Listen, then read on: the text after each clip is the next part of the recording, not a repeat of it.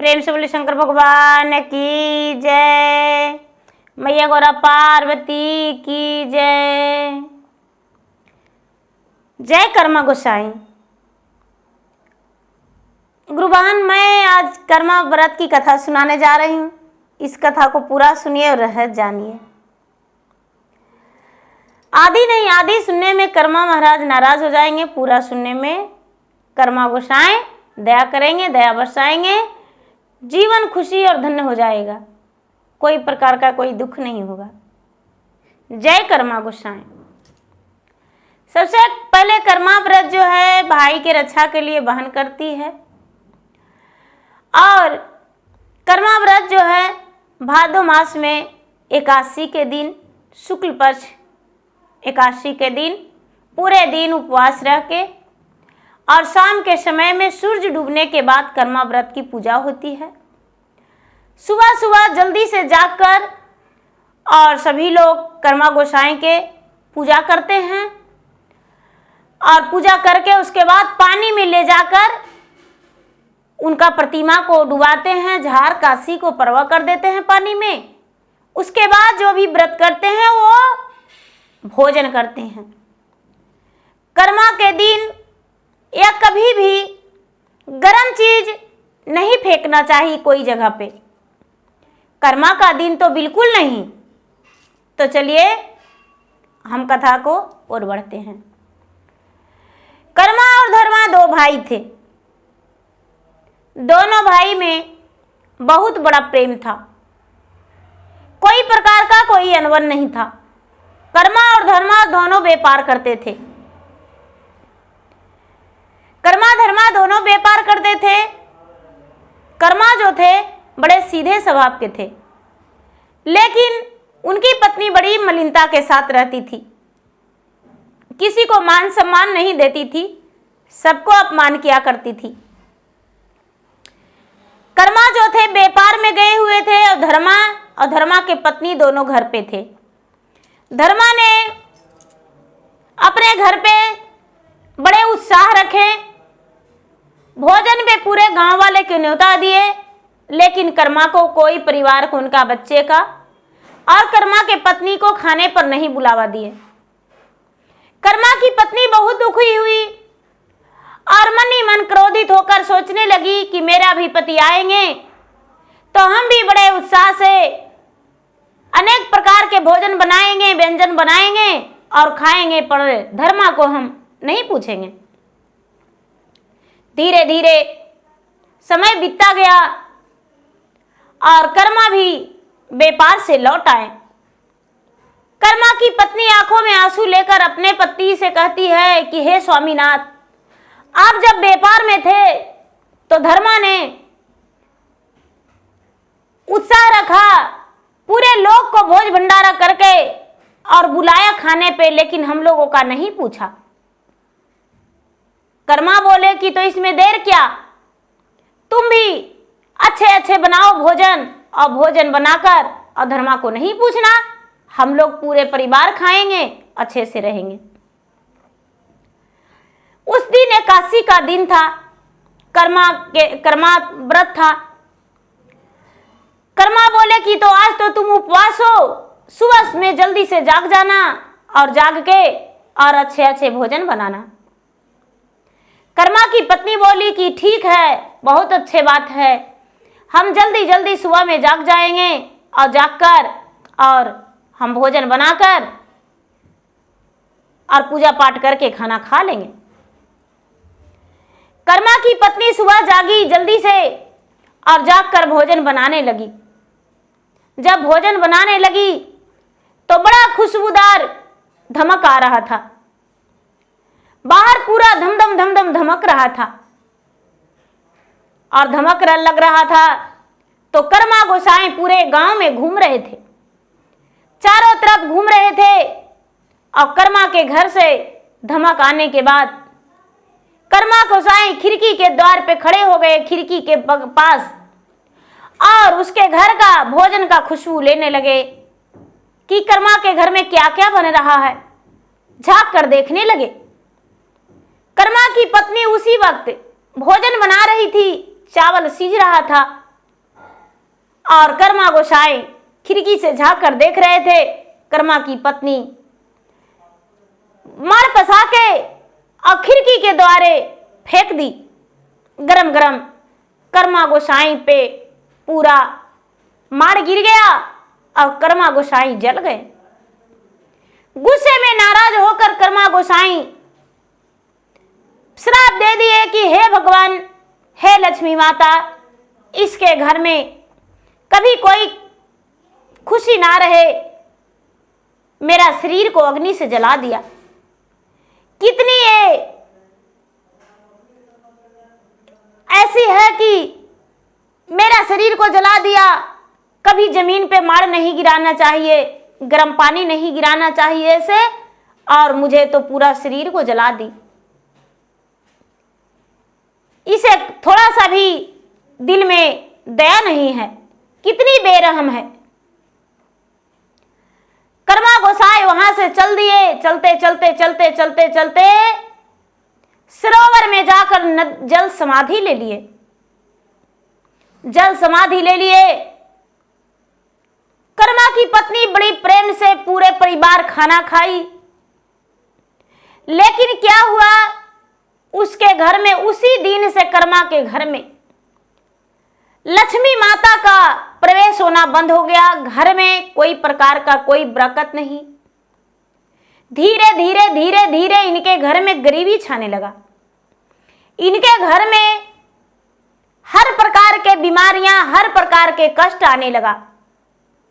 कर्मा कितना कमाते थे, लेकिन इनका घर में बरकत नहीं। जब 1 रुपया कमाते थे तो 5 रुपया का जरूरत पड़ जाता था, और धर्मा 2 पैसा कमाते थे, लेकिन उनके घर में बड़ा खुशहाली जीवन बीत रहा था।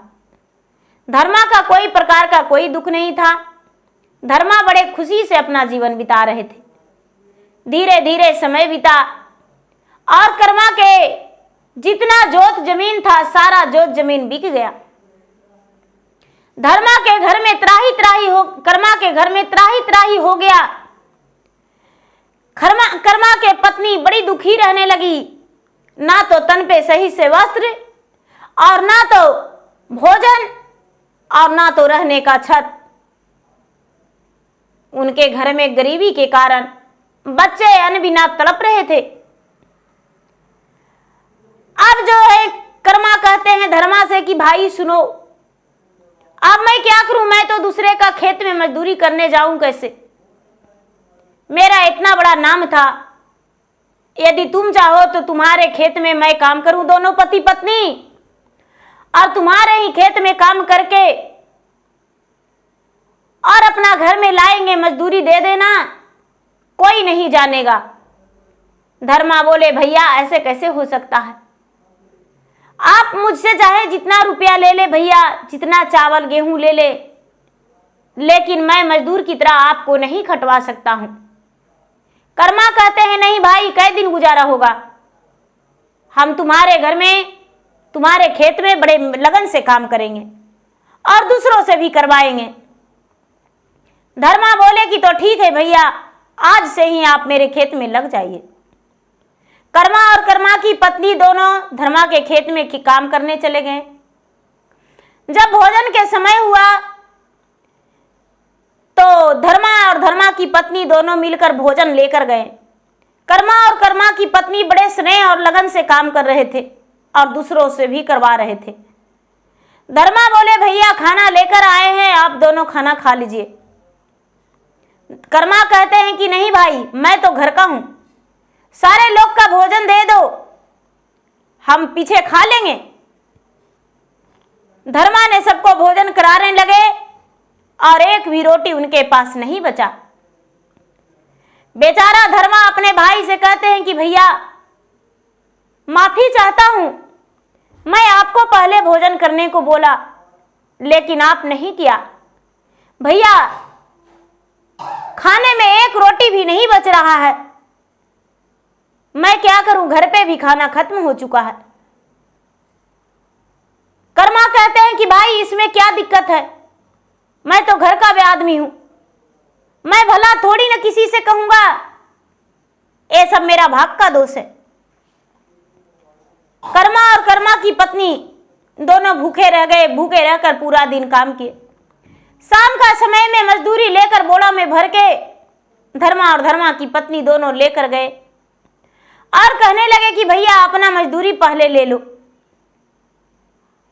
कर्मा और कर्मा की पत्नी कहते हैं मैं तो घर का हूं, बाहर वाले के दे दो, हम पीछे ले लेंगे।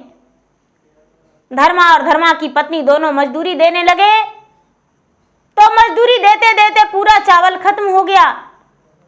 कर्मा और कर्मा की पत्नी के लिए एक अन्न भी नहीं बचा। धर्मा कहते हैं भैया ये तो अनर्थ हो गया, भोजन भी नहीं बचा और चावल भी खत्म हो गया। कर्मा कहते हैं इसमें तुम्हारा कोई दोष नहीं, मेरा भाग का दोष है, कोई बात नहीं, मैं घर जा रहा हूं। कर्मा और कर्मा की पत्नी दोनों घर गए। जब घर गए तो उनके बच्चे भूखे तड़प रहे थे। कहने लगे पिताजी क्या लाए हैं, मां क्या लाई हो। कर्मा और कर्मा की पत्नी कहते हैं मैं क्या बताऊं बेटा, कुछ भी नहीं लाया हूं तुम्हारे लिए, आज मैं खाली हाथ आ गया हूं, कल का दिन देखा जाएगा तुम्हारे लिए क्या लाएंगे, लेकिन धैर्य रखो, तुम्हारे लिए बहुत सारे अन्न लाएंगे और खुशियां भी लेकर आएंगे। पता नहीं किसकी नजर लग गया जो ऐसा हो गया। बच्चे ने जल पीकर सो गए और कर्मा की पत्नी भी जल पीकर ही सो गए। आधी रात हुआ, गहरा नींद पड़ा हुआ था। कर्मा एक स्वप्न देख रहे हैं कि अरे मूर्ख, क्या कभी जागते हो कभी सोते हो, कैसा लग रहा है, मैं तो दर्द से व्याकुल हूं, मैं तो जल में भी हूं लेकिन फिर भी मेरा जलन कम नहीं पड़ रहा है, करूं तो मैं क्या करूं, तेरा पत्नी ने मेरा अपमान किया, तेरा घर कर्मा के दिन, कर्मा एकादशी के दिन सुबह द्वादशी, आज का एकादशी द्वादशी का सवेरा में तुम्हारी पत्नी भोजन बना रही थी और तुम्हारा पत्नी को भोजन का खुशबू हम लेने गए और तुम्हारा पत्नी जो भोजन बना रही थी माड़ पसाकर मेरे तन पे ही फेंक दी और मैं जलकर दुखी होकर तुम्हें श्राप दे दिया हूं। अब मैं क्या करूं, मेरे ही श्राप के कारण तुम दुखी हो। तुम कितना अच्छा था लेकिन तुम्हारा पत्नी कुकर्मी थी, मुझ पे अत्याचार करके डाल दी, मार पसा के मुझे जला दी, इसी कारण मैं श्राप दिया हूं और तुम दर दर भटक रहे हो, तुम्हें अन्न और भोजन नहीं मिल रहा है। ये बात सुनकर जाग गए कर्मा और कर्मा जागकर मन ही मन सोचने लगे कि हे भगवान मैं क्या करूं, इसके लिए कुछ करना होगा। सवेरा जागते ही चंदन और हल्दी का लेप बनाए कर्मा और उसमें घी मिलाकर एक कटोरी में भर लिए और सुबह का निकलने लगे तो पत्नी कहती है कि आप सवेरे सवेरे कहां जा रहे हैं। कर्मा कहते हैं कि मैं किसी काम से जा रहा हूं, जब आएंगे तो मुझसे पूछ लेना। हल्दी और चंदन का लेप लेकर चलने लगे। चलते चलते चलते चलते चलते चलते रास्ते में एक बहुत बड़ा आम का पेड़ मिला। आम का पेड़ हरा भरा था। आम का पेड़ कहता है कि भाई कर्मा कहां जा रहे हो। कर्मा बोला मैं तो कर्मा गोसाई को मनाने जा रहा हूं, हल्दी का और चंदन का लेप लगाने जा रहा हूं। अरे भाई मेरे बारे में थोड़ा पूछ कर आना, आखिर क्या बात है जो मेरा फल कोई नहीं खाता है। मेरा वृक्ष में फल तो लगता है लेकिन कीड़े पड़ जाता है। अच्छा ठीक है पूछ कर आएंगे। आगे बढ़ते ही एक बूढ़ी माँ मिली और बूढ़ी माँ के सर पे एक खटिया था। खटिया वो छुट्टी नहीं रहा था। बूढ़ी माँ कहती है बेटा कौन जा रहे हो। कर्मा बोला माँ मैं जा रहा हूं। क्या बात है, कहां जा रहे हो बेटा। माँ मैं तो कर्मा गोसाई को मनाने जा रहा हूं। बेटा मेरे बारे में पूछ कर आना, आखिर क्या कारण है जो मेरा सर से खटिया नहीं हटता है। ठीक है माँ जी, पूछ कर आएंगे। आगे बढ़ने पर एक बहुत बड़ा सागर मिला, तालाब जल से भरा हुआ लबालब। सागर पूछा, अरे भाई तुम कहाँ जा रहे हो? कर्मा कहते हैं कि अरे भाई मैं तो कर्मा गोसाई को मनाने जा रहा हूं। कर्मा गोसाई नाराज हैं। अरे भाई मेरे बारे में पूछ लेना, मेरा पानी इतना गंदा क्यों है? मेरा सागर भरा हुआ है, लेकिन फिर भी मेरा पानी क्यों गंदा है? कोई नहीं पीता, कोई स्नान नहीं करता है। ठीक है, जा रहे हैं, पूछ लेंगे। धीरे धीरे उसी स्थान पे कर्मा पहुंच गए, उसी सरोवर के पास पहुंच गए और पानी में हेल गए। पानी में हेल गए, हेल कर और कर्मा महाराज को ढूंढने लगे। कर्मा गोसाई बीच सरोवर में जल समाधि लिए हुए थे।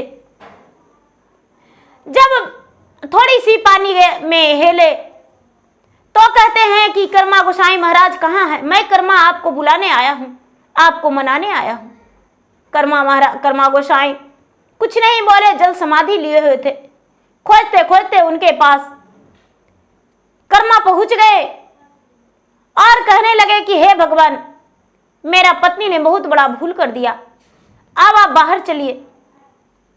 उनके हाथ पकड़ के और बाहर नदी के अरार पे लाए, पूरे हल्दी और चंदन का लेप लगाए। उनका शरीर जो था जलन कम गया। जब जलन कमा तो कर्मा कहते हैं कि महाराज अब वापस चलिए अपने स्थान पे।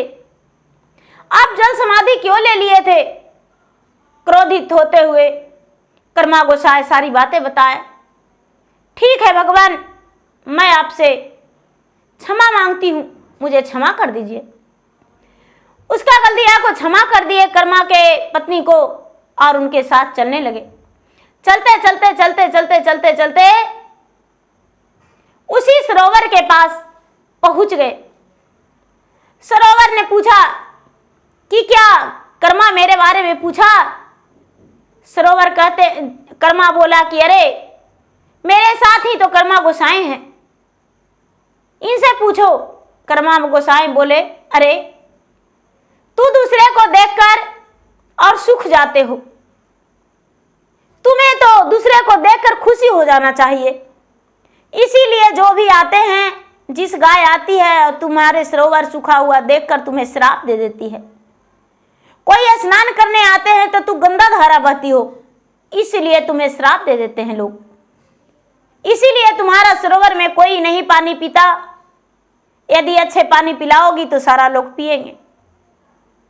ठीक है, आज से ऐसा नहीं करेंगे, हम सबको पवित्र करेंगे, सबको जितना हूं पाप रहेगा सबको धो देंगे। गंगा धारा में उमड़ने लगे, बहने लगे। कर्मा गोसाई बोले कि तू तो सबको पवित्र करने वाली हो, सबको पाप को धोने वाली हो, फिर भी तू ऐसा करती हो, इस कारण तुम्हारे पास कोई नहीं आता। गंगा लहरा में बहने लगे। आगे बढ़ने पर वही बूढ़ी मां मिली जिनके तन पे खटिया पड़ा हुआ था।